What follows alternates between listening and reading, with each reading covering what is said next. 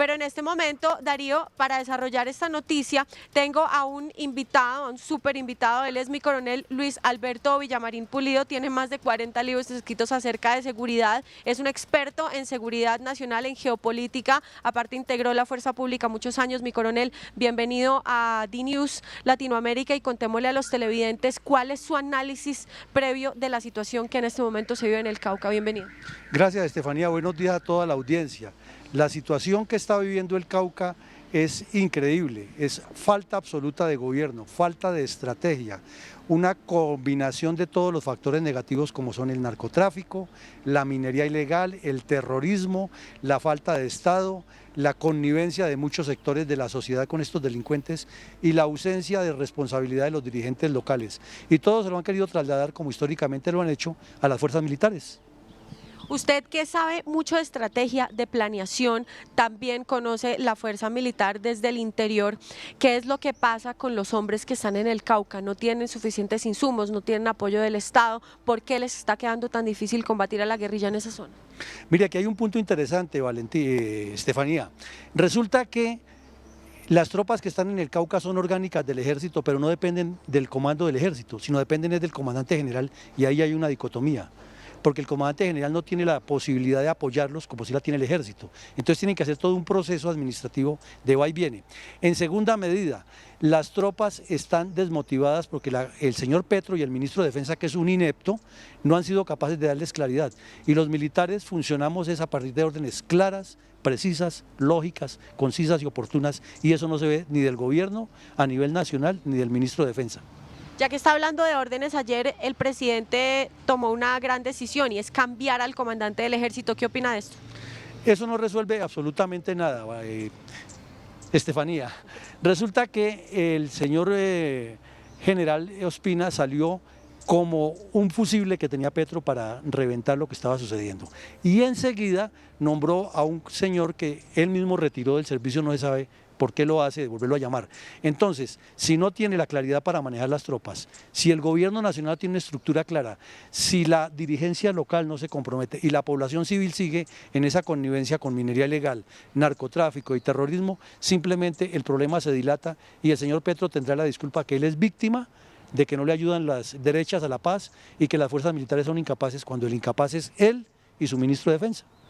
Darío, mi coronel, ya te escucha si tienes preguntas desde el estudio. Muchísimas gracias, Estefi. Un gusto saludarlo, coronel, y gracias por este tiempo para toda Latinoamérica. Me gustaría pedirle que nos cuente, porque usted hace mucho hincapié en la falta de estrategia, la falta de dirección política hacia las Fuerzas Armadas. ¿Qué fue lo que cambió? ¿Cómo venía siendo el trabajo de la conducción de las Fuerzas Armadas hacia esta región hasta la llegada de Petro? ¿Y qué es lo que cambió durante la llegada de Petro? Pues cambiaron muchas cosas. Primero, que la Constitución Nacional dejó de cumplirse. Entonces se le metió en la cabeza al señor Petro que gobernar es ser connivente y tolerante con el terrorismo y con el delito. Segundo, que le quitó la posibilidad a los militares de combatir, porque todo delincuente de gran nivel que es capturado inmediatamente es llevado como negociador de paz. Tercero, que se ha dedicado por el exterior a vender la idea de que él es el Premio Nobel de Paz en potencia y que además es el defensor de la ecología y que además es el líder mundial que va a resolver los problemas de Gaza y de Ucrania y de Marte y de Júpiter. Y en cuarta medida, que está rodeado de una cantidad de corruptos y de ineptos que están buscando sacar dinero de los contratos del Estado y del mismo sistema de defensa nacional. Entonces así el mensaje es muy disímil, no hay claridad y las fuerzas militares no pueden operar con contundencia porque están están a expensas y expuestas a que sean llevadas a los tribunales por señalamientos de que no están cumpliendo con el deber o con las políticas del presidente. Complejísima situación. Ahora, esta falta, usted hablaba antes hasta de motivación, que estaban desmotivadas las fuerzas militares. ¿Eso cómo se manifiesta en lo concreto del terreno? Miren, lo concreto del terreno se manifiesta en que las tropas están maniatadas para actuar porque saben que si combaten a un delincuente de estos, termina la operación y tienen que ir a sentarse frente a un juez ideologizado a responder por una acción militar. En segunda medida, porque no ven el estímulo, no ven que a sus superiores lo respetan. Entonces, los demás generales que están en el servicio activo y que están dentro de la línea de mando, ven que al general Ospina lo sacan del servicio simplemente por un capricho de Petro para lavarse la imagen, pues dice, a mí me va a tocar lo mismo y prefieren irse o no asumir las responsabilidades. Y además, en las zonas donde están los delincuentes, entonces están llegando los comisionados de paz a hablar con los terroristas y uno no entiende cómo se está dialogando con un grupo que dice, en esta zona sí combatimos y en esta no. No, si el combate es contra los terroristas es total, pero decirles los combatimos, aquí no los combatimos en tal parte es como váyase para allá, que aquí no le hacemos nada y procure no hacerme daño y volvemos a negociar. O sea, una farsa total. Usted habla de la negociación, obviamente la apuesta que tiene aquí el presidente Petro es llegar a desmovilización de estos grupos vía negociaciones de paz. ¿Qué diferencias ve en cuanto a la mecánica justamente de cómo están desarrollándose esas negociaciones y cómo se combinan las negociaciones con el control territorial y la acción de las Fuerzas Armadas respecto de lo que fue el último ejemplo exitoso, por lo menos que fue el de la época de Santos? Pues lo quiero desmentir un poco. El proceso de Santos es parte de lo que nos está ocurriendo. O sea, el señor Santos es responsable de la responsabilidad de lo que ocurre actualmente porque él lo que hizo fue abrirle el camino a la guerrilla para que se quedara controlando el narcotráfico, que es lo que ha fortalecido la elección de Petro y a los grupos terroristas actuales. El señor Santos lo que hizo fue lavarle la imagen para llevar al Congreso a un sector de las FARC que está haciendo política y el otro sigue en el monte echando plomo y asesinando colombianos. Y entonces no es exitoso ese proceso, al contrario, es parte de la responsabilidad de lo que nos está ocurriendo.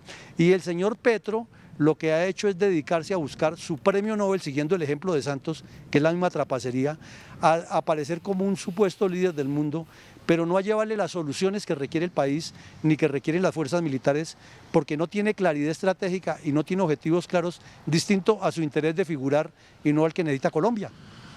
Yo le hago una última pregunta por mi parte, coronel, y lo dejo con Estefanía para que ella le siga preguntando. ¿Por qué el Cauca? ¿Qué es lo que pasa en esta región tan puntualmente para que se haya desmadrado así la cosa? Es que resulta que el departamento del Cauca está ubicado en la esquina suroccidental de Colombia y articula con el departamento de Nariño y el Putumayo hacia el Ecuador y el Perú y por el occidente hacia el Océano Pacífico para sacar la droga. Entonces son 3 corredores definidos. Por el norte llega al Valle del Cauca, donde está la ciudad, la segunda ciudad más importante de Colombia, que es Cali, con el perdón de los de Medellín, y luego hacia el oriente desciende hacia la selva amazónica y más al nororiente desciende hacia la cordillera andina en su ramificación oriental.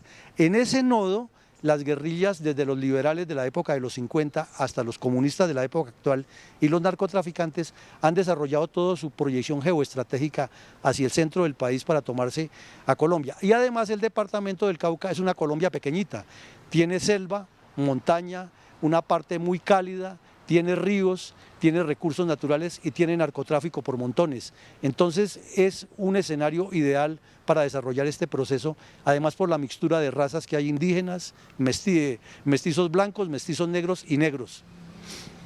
Mi coronel, tantas preguntas que quisiera hacerle, pero una de ellas gira sin duda en torno a los insumos militares que en este momento están en posesión del ejército. Por ejemplo, los helicópteros. Ahora estaba leyendo que la Embajada de Rusia está desmintiendo al ministro de Defensa diciendo que esos helicópteros están en mal estado. Pues es que usted tocó el tema fundamental. La pelea que Petro armó con Israel para dejar sin armamento a las fuerzas militares parece calculada por él intencionalmente. Y la de Rusia, con el cuento de que él no se mete en la guerra de Ucrania y Rusia, tiene los helicópteros en línea muerta la mayoría, y esos 2 accidentes que hubo recientemente son causa de eso, de falta de mantenimiento. Porque además el ministro de Defensa, recuerde que de entradita le quitó 800.000 millones de pesos a las fuerzas militares para destinarlos a los proyectos sociales de Petro. Entonces aquí hay una doble moral y parecería ser una intención de Petro de maniatar las fuerzas militares para que el terrorismo siga creciendo, hacer su constituyente, darles escaños y poner a Colombia en el redil del socialismo del siglo XXI. Mi coronel Luis Alberto Villamarín, gracias por haber estado con nosotros aquí en DNews explicándonos todo esto. Estefanía, usted es muy amable y discúlpeme que le confundí con Valentina. Tranquilo, no se preocupe, eso pasa. Darío, regresamos contigo en estudio para analizar. Me parece que es una entrevista muy clara que ha dado la directriz de muchas cosas que están sucediendo aquí en el país. Clarísimo, Valentina, perdón, Estefanía, muchas gracias, como siempre, por la información. Volvemos en un ratito para ampliar.